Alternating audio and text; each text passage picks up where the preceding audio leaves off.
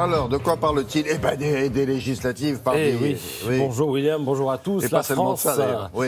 La France est atteinte de macronite aiguë. Et si vous voulez une version colorée de l'affaire, eh bien, c'est dans le Figaro qu'il faut aller chercher ce matin. Regardez cette carte en orange, bien sûr. Toutes les circonscriptions où le candidat Les Républicains, La République En Marche, sont arrivés en tête au premier tour. Cette carte qui confine à l'œuvre d'art monochrome, établit de nouvelles règles qui vont s'apprendre en marchant, pour reprendre la formule de Guillaume Tabar dans le Figaro. Oui, William. C'est intéressant, il y a des poches de résistance. Il y a des poches de résistance en haut à droite, à l'est, et puis alors, dans regardez le centre en Corse aussi, et puis en Corse. C'est très partagé.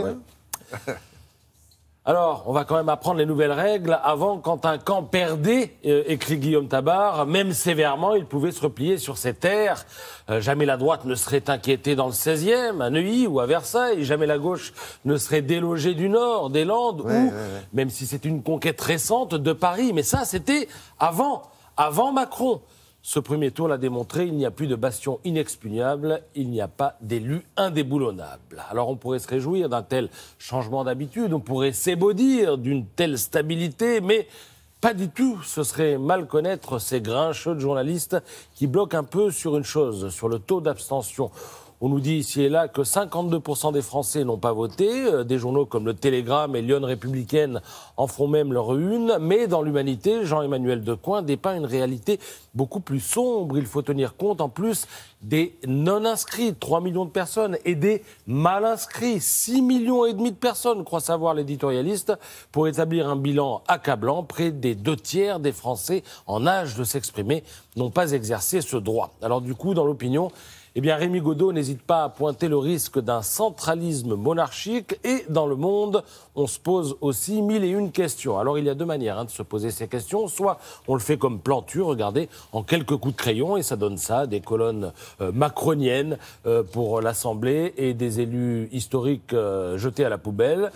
Soit on écrit, et c'est ce à quoi s'emploie Jérôme Fenoglio, comment respecter l'exigence du débat quand on peut se permettre de ne pas prêter attention à la contradiction, comment s'imposer la contrainte d'un changement plus profond que celui des personnes, à savoir celui des pratiques, comment éviter les tentations de l'entre-soi quand on est issu de milieux aussi socialement homogènes, comment des députés, pour la plupart novices, exerceront-ils leur pouvoir, particulièrement celui du contrôle de l'exécutif. Voilà, questions en rafale, bonne question d'ailleurs posée par le patron du journal. Et pendant ce temps, La République En Marche triomphe.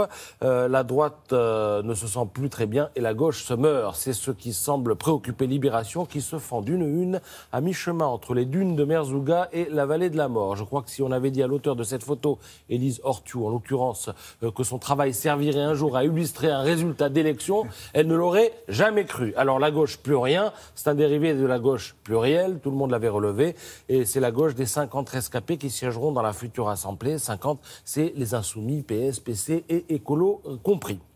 Alors, on mettait sur le compte de son tempérament sanguin les grands élans oratoires de Manuel Valls prophétisant la mort du PS, mais il avait raison, lirez-vous dans le Figaro, sous la plume de Paul-Henri Dulimbert, cependant que dans Libération, Laurent Geoffrin décrit à sa manière, c'est-à-dire avec brio, cette poignée de survivants, alors je le cite, éclatée, miniaturisée, c'est désormais une nano-gauche, on la parquera dans une réserve, tel un peuple premier, vestige sympathique d'un temps révolu. Titre de l'édito, Mohican, ça veut tout dire.